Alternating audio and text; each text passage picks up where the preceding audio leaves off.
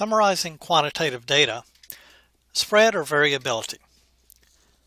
After defining what a typical value might be for a scenario, we would like to discuss how spread out values might be, or how far from this location the values can vary. In order to measure this feature, we define measures of spread or variability.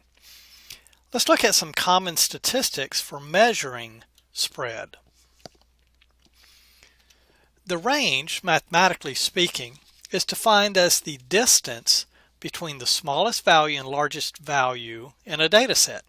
So the range equals the maximum minus the minimum. The range of weights in the sample of 80 automobiles is 3,250 pounds. This is calculated as 6,000 minus 2,750, which equals 3,250 pounds. The problem is that the range depends on only two values, and those are the most extreme ones in the entire data set. Mathematically, the range does not have nice features and is seldom used.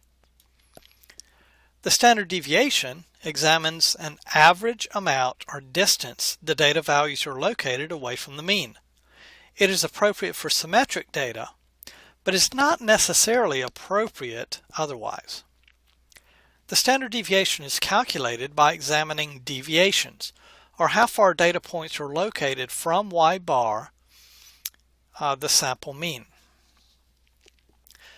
Consider the data set 3, 4, 7, 10. Let's calculate the standard deviation by examining this on a number line.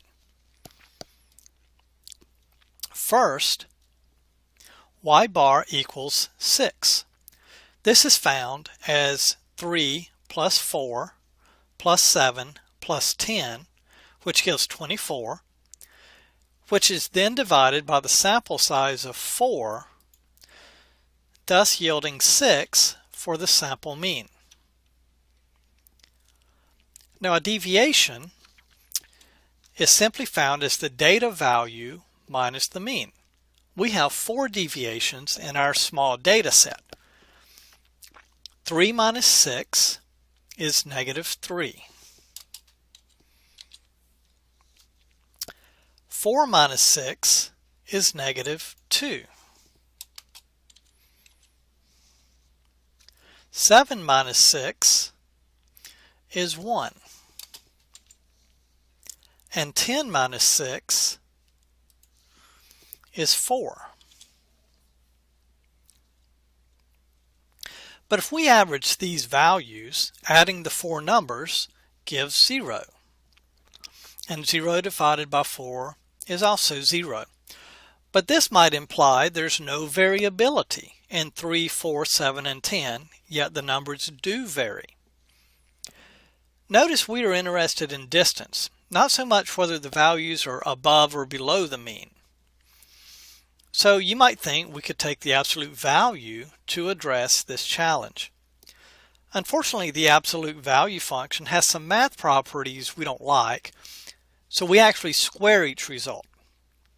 Also, because of some math results we don't discuss, it's better to divide by n minus 1 instead of n in the denominator to find the average.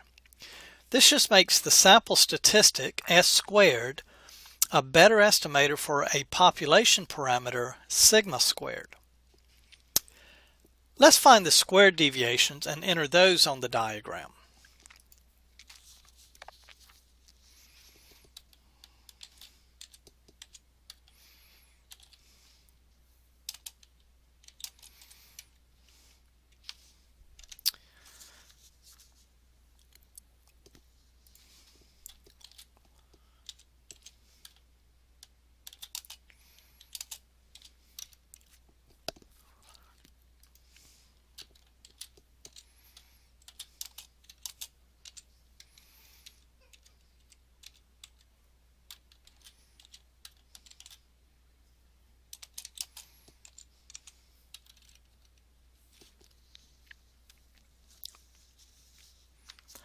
Now the values are all positive.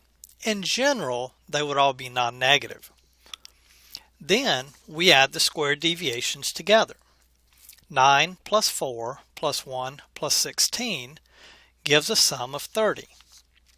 Now divide by n minus 1, or 4 minus 1, which is 3. This gives 30 divided by 3, which is equal to 10. This calculation is called the sample variance and is represented by S squared.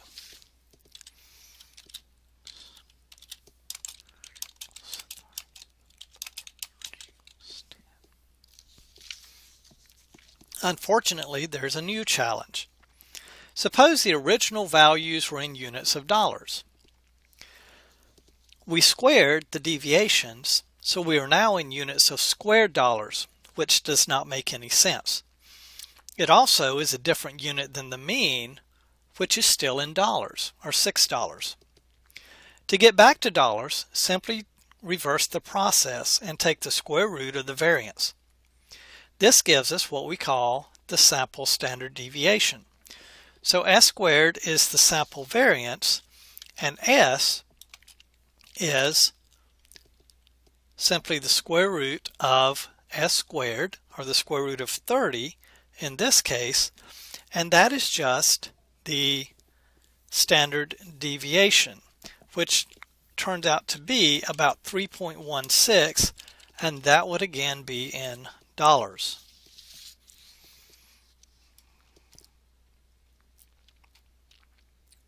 So for our data set, we would say the sample mean was $6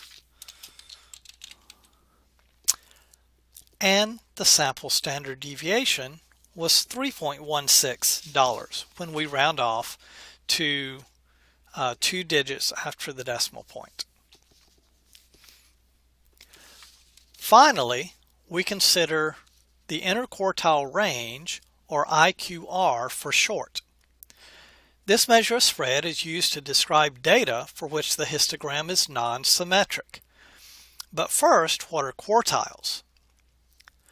A quartile is a value which divides data into some aspect of quarters. There are actually 3 ways data can be divided to fall into quarter divisions. We've already discussed the median. It divides the data into the 2 lowest quarters, or half, and the highest 2 quarters, or half. The median is called the second quartile and is labeled Q2. It has half, or 2 quarters, 2/4 of the values below it, and half of the values above it. Q1 is called the first quartile. It is the value for which 1/4, or 1/4, or 25% of the data values are at or below it, while the remaining 3/4, or 3/4, or 75% of values are equal to or more than it. Q3 is called the third quartile. It is the value for which 3/4, or 3/4, or 75% of the data values are equal to or less than it, while the remaining 1/4, or 25% of values are at or above it. In general, if you put the data in order from smallest to largest and make 4 equal divisions, the dividing values are the quartiles. So you have 1/4 of the data, then Q1, 1/4 of the data, then Q2, or the median, then 1/4 of the data, Q3, and finally the last quarter of the data. The interquartile range, or IQR, is now defined as the distance between the first and third quartiles. The math formula is that IQR equals Q3 minus Q1. Q3 is larger than Q1, so we write it first, so when we subtract we get a positive distance. The interquartile range defines how far the middle half, or 50% of the data, extends. It just gives an idea of how much spread or variability is common for the middle section, middle 50% of values.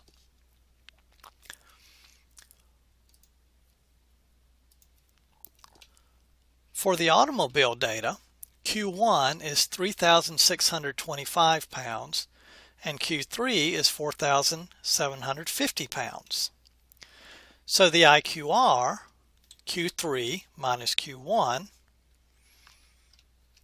equals 4,750 minus 3,625, which equals 1,125. The interquartile range indicates the variability in weights for the middle 50% of automobiles in the sample was 1,125 pounds.